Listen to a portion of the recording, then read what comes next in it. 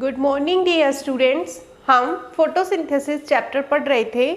उसमें हमने first step light reaction complete कर लिया था। लाइट रिएक्शन प्रीवियस लेक्चर में हमने देखा कि जो लीफ होती है, लीफ उसकी मेसोफिल सेल में क्लोरोप्लास्ट ऑर्गेनेल, मेसोफिल सेल की क्लोरोप्लास्ट ऑर्गेनेल के अंदर फ्लैट और डिस्क लाइक स्ट्रक्चर प्रेजेंट होती है जिसमें लाइट रिएक्शन होती है। Light reaction in the presence of sunlight ATP and NADPH की फॉर्मेशन होती है जिसमें हमने इलेक्ट्रॉन पास कराए थे with the help of light harvesting complex and chlorophyll A molecule, और एटीपी की फॉर्मेशन करी थी। एटीपी की फॉर्मेशन करी थी, कहाँ की थी बेटा? थाइक्लोइड में, थाइक्लोइड्स के अंदर क्या बनाया था कल? एटीपी एंड एनएडीपीएच, जो अब हमारे नेक्स्ट स्टेप के लिए मोस्ट इम्पोर्टेंट है। क्या? अब यहाँ पर आपको बताया था जब ये स्ट्रक्चर पढ़ाई थी कि जो थाइक्लोइड के अलावा जो एक स्ट्रक्चर बच जाती है क्लोरोप्लास्ट ऑर्गेनेल में स्पेस, उसे कहते हैं स्ट्रोमा। स्ट्रोमा के अंदर फोटोसिंथेसिस का नेक्स्ट स्टेप अकर करता है जिसे कहते हैं डार्क रिएक्शन। डार्क रिएक्शन, जैसा कि आपको पहले भी बताया जा चुका है कि ये पूरी तरह से डिपेंड करती है लाइट रिएक्शन पर। जब एटीपी और एनएडीपीएच फॉर्म हो जाती है तभी डार्क रिएक्शन होती है। तो आज हम पढ़ेंगे ये डार्क रिएक्शन क्या होती है जो स्ट्रोमा में अकर करती है। डार्क रिएक्शन को थर्मो केमिकल रिएक्शन और most important bio synthetic phase भी कहा जाता है।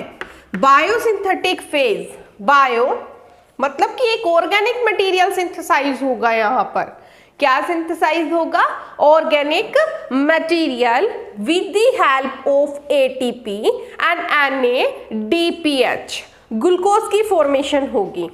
तो उसे क्या कहते हैं?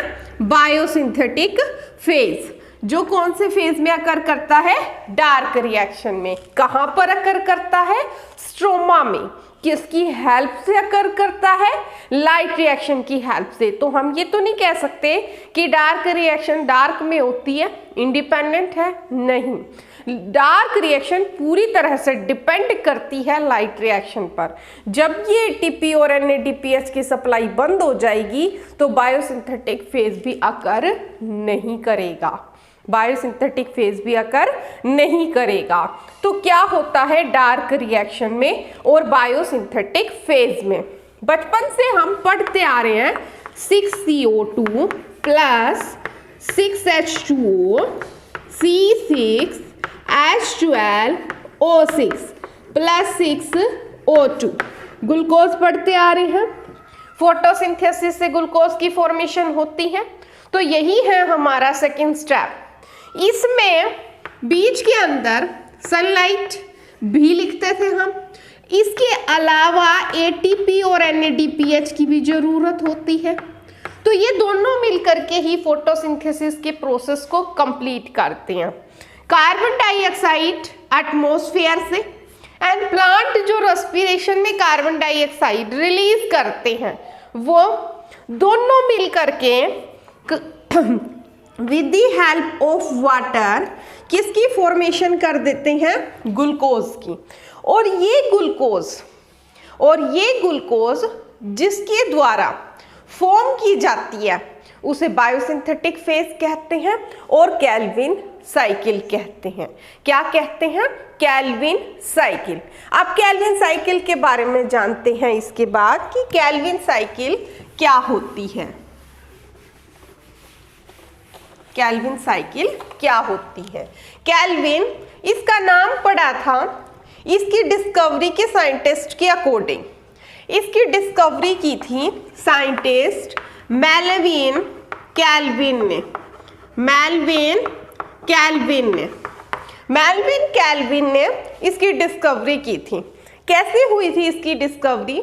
जब सेकेंड वर्ल्ड वार चल रहा था, सेकेंड वर्ल्ड वार चल रहा था, तब आपको पता है वार चलेगा तो वहां बम वगैरह यूज किए गए, हाइड्रोजन बम, परमाणु बम, ये सब यूज किए गए। तो रेडियो एक्टिव एलिमेंट्स बहुत ज़्यादा यूज किए गए थे उस टाइम पे। तो रेडियो एक्टिव एलिमेंट की डिस्कवरी हो चुकी थी। तो मेल्विन कैल्विन ने क्या किया, उन रेडियो एक्टिव एलिमेंट्स का एक अच्छा, वो तो क्या हो रहा था, डिसएडवांटेज था, जो बम है वो वैसे भी हानिकारक है, एटमॉस्फेयर को खराब करते हैं, जैसे जापान में हिरोशिमा नागासाकी के अंदर इस तरह से हुआ था, ठीक है।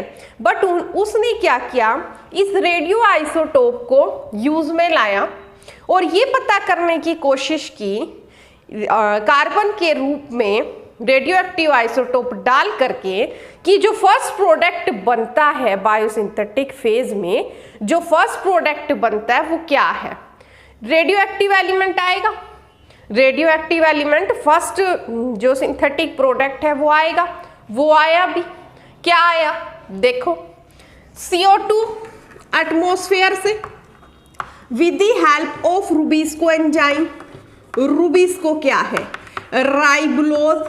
रूबिस्को क्या है, राइबोलोज, राइबोलोज bisphosphate, bisphosphate carboxylase, carboxylase and oxygenase, oxygenase most abundant protein in the world, plant world. सबसे ज्यादा एबिडेंट प्रोटीन माना गया है ये। नीट के अंदर पूछा जाएगा आपसे कि मोस्ट एबिडेंट प्रोटीन वर्ल्ड में क्या है, प्लांट वर्ल्ड में, तो आप क्या कहेंगे, रूबिस्को। दूसरा, इसकी फुल फॉर्म भी कई बार पूछी जाती है, राइबोलोज bisphosphate carboxylase oxygenase. Carbon dioxide की एक्टिविटी तो रखता ही है ये, साथ साथ ऑक्सीजनिक एक्टिविटी भी रखता है, ऑक्सीजनिक एक्टिविटी भी रखता है। क्या है ये बाद में समझेंगे बेटा हम कि ये ऑक्सीजनिक एक्टिविटी कैसे रखता है। अभी हम इतना करेंगे, राइबोलोज बिसफॉस्फेट कार्बोक्सिलेज CO2 एटमॉस्फेयर की CO2 से कंबाइन करेगा, और क्योंकि ये कार्बन डाइऑक्साइड को अपने साथ अटैच कर रहा है, ये क्या है, राइबोलोज 1,5 बिसफॉस्फेट, बिसफॉस्फेट 5 कार्बन कंपाउंड है, और इसमें एक और कार्बन ऐड हो गई तो कितने हो गई, 6 कार्बन, 6 कार्बन, और इसमें कार्बन ऐड हुई है तो फर्स्ट फेज को हम क्या कह देंगे, कैल्विन साइकिल के फर्स्ट फेज को क्या कह देंगे बेटा, कार्बोक्सिलेशन। क्या कह देंगे, कार्बोक्सिलेशन।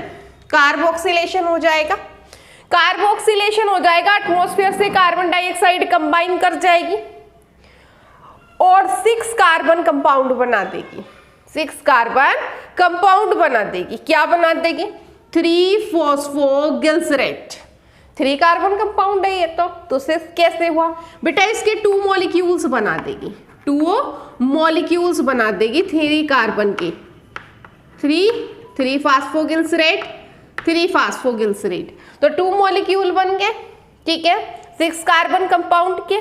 तो ये हमारा फर्स्ट फेज था मेल्विन कैल्विन साइकिल का, जिसे क्या कहा गया, कार्बोक्सिलेशन। क्या कहा गया, कार्बोक्सिलेशन।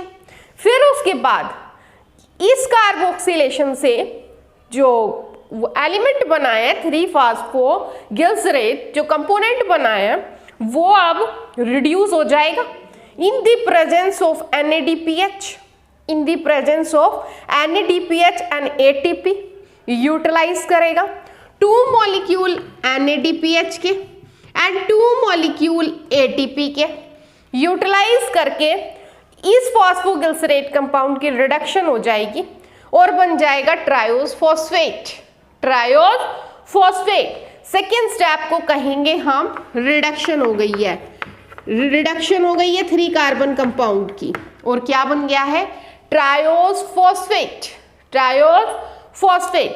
नेक्स्ट स्टेप, ये ट्रायोज फॉस्फेट ग्लूकोज बना देगा, क्या बना देगा, ग्लूकोज बना देगा। और जो बच गया ट्रायोस फॉस्फेट, जो बच गया वो रीजनरेशन करके दोबारा से रूबीस को बना देगा ताकि साइकिल ऑपरेट होती रहे और कंटिन्यू ग्लूकोज की सिंथेसिस होती रहे। इसमें क्योंकि रीजनरेशन है, एक इम्पोर्टेंट स्टेप है, इसमें भी एक एटीपी खर्च होगा, एटीपी खर्च हो जाएगा। ठीक है, तो ये थी बेटा आपकी मेल्विन केल्विन साइकिल। अब आप कहोगी इतनी छोटे से साइकिल में क्या ग्लूकोज की फॉर्मेशन होगी? नहीं, 6 कार्बन डाइऑक्साइड, 6 कार्बन डाइऑक्साइड एक ग्लूकोज का मॉलिक्यूल बनाती है। तो यहाँ एक ही कार्बन डाइऑक्साइड लिए हमने, 6 के लिए कितने टर्न कराने पड़ेंगे इस साइकिल को? 6 टर्न। एक ग्लूकोज की फॉर्मेशन कब होगी? देखो, एक ग्लूकोज की फॉर्मेशन कब होगी? जब 6 बार टर्न लेगी केल्विन साइकिल, तब जा करके एक ग्लूकोज मॉलिक्यूल बनेगा, एक ग्लूकोज मॉलिक्यूल बनेगा। तो एक टर्न में कितने एटीपी खर्च हुए हैं? देखो 3 एटीपी।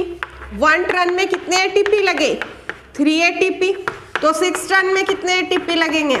18 ATP, 18 ATP. अच्छा, NADPH कितने खर्च हुए हैं? 2 NADP। कितने खर्च हुए NADPH? 2। तो 6 टर्न में कितने लगे? 12। कितने लगे? 12। तो ये रही हमारी balance sheet Melvin Calvin cycle की।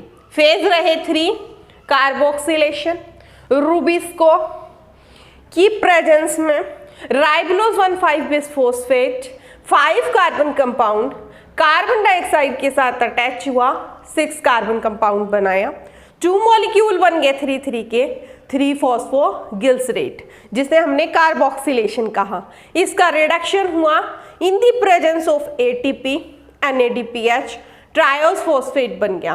ट्रायोस फॉस्फेट में इंटरमीडिएट ग्लूकोज निकल गया और बाकी जो ट्रायोस फॉस्फेट बच गया वो रूबिस्को को रीजनेट करने के काम आया ताकि ये साइकिल कंटिन्यू चलती रहे और ग्लूकोज की फॉर्मेशन होती रहे। तो मेल्विन केल्विन ने क्या किया था बेटा? आइसोटोप बना दिया था, रेडियो एक्टिव आइसोटोप CO2 का बना करके जब डाला ग्रीन प्लांट्स के अंदर, C3 प्लांट्स के अंदर, C3 प्लांट्स के अंदर, तो क्या देखा? फर्स्ट जो प्रोडक्ट बन करके सामने आया वो था PGA। नीट का most important question, C3 cycle में फर्स्ट प्रोडक्ट क्या बनता है? करेंगे जब भी आप MCQ लगाएंगे ये क्वेश्चन आपको 100% देखने को मिलेगा कि C3 साइकिल में C3 साइकिल में जो फर्स्ट प्रोडक्ट है वो क्या बनता है? PGA, फास्फोगिल्सरेट, ट्रायोस फॉस्फोगिल्सरेट, ठीक है, गिसल्डिहाइड, ट्रायोस फॉस्फेट गिसल्डिहाइड, ठीक है। नेक्स्ट आता है बेटा कि उसने वेट किया और ये सोचा कि यही सभी ग्रीन प्लांट्स में PGA ही रहता है क्या कंपोनेंट, ठीक है। But after some repeated experiment उसने क्या देखा कि एक और प्रोडक्ट सामने आया 3 कार्बन कंपाउंड का, ऑक्सलो एसिटिक एसिड, कुछ एक प्लांट्स के अंदर ये फर्स्ट प्रोडक्ट सामने आया, ठीक है।